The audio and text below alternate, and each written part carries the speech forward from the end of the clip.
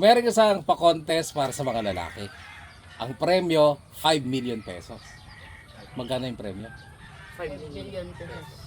Yung contest na yan, mayroong 3 challenges. Unang challenge, itutungga yung 1 litrong alak, dire-diretso. Bawal ibaba. Okay? Itutungga, alam nyo yung itungga? Apo. Paano? Tatagay ko yun. Dug.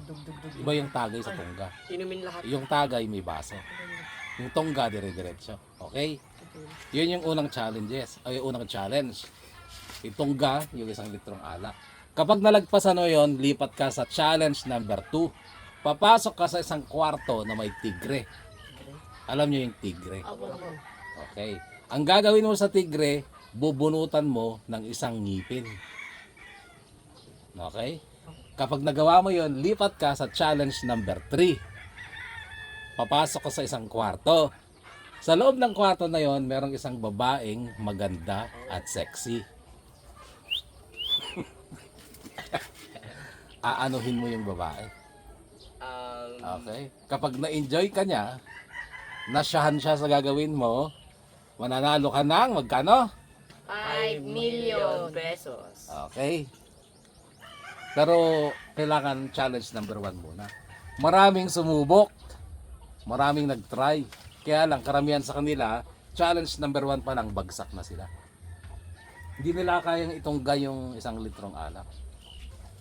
Okay? Pero merong isa na nakapasok sa challenge number 2. Alam mo yung challenge number 2? Ito po dito. Ano? Yung tigre po dito. Alisin yung ngipin dito. Bubunutan ng ngipin. Okay. Merong isang nakapasok doon.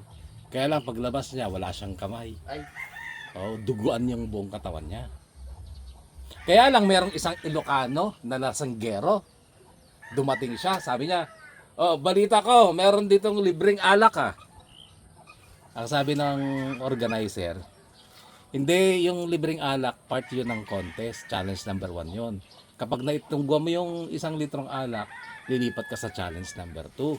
Bumubunutan mo ng ngipin yung tigre. Kapag nabunutan mo ng ngipin yung tigre at buhay ka pa, lipat ka sa challenge number 2. Papasukin mo yung sexing babae dun sa kwarto. Kapag natuwa sa iyo yung babae, panalo ka ng 5 million pesos. ang sabi ng Ilocanong lasinggero, sige, basta daarak, mayatak. O di, tinungga niya na yung 1 litrong alak, dire-diretso ah. Palakpakan yung mga tao. Pumasok na siya sa kwarto ng Tigre. tigre.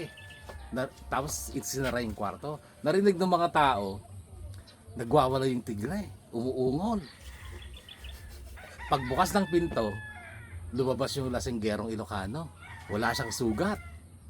Tapos sabi niya, "Oh, nasaan na yung babae na bubunutan ko ng ngipin?"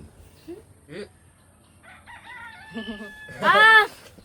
Ang gito.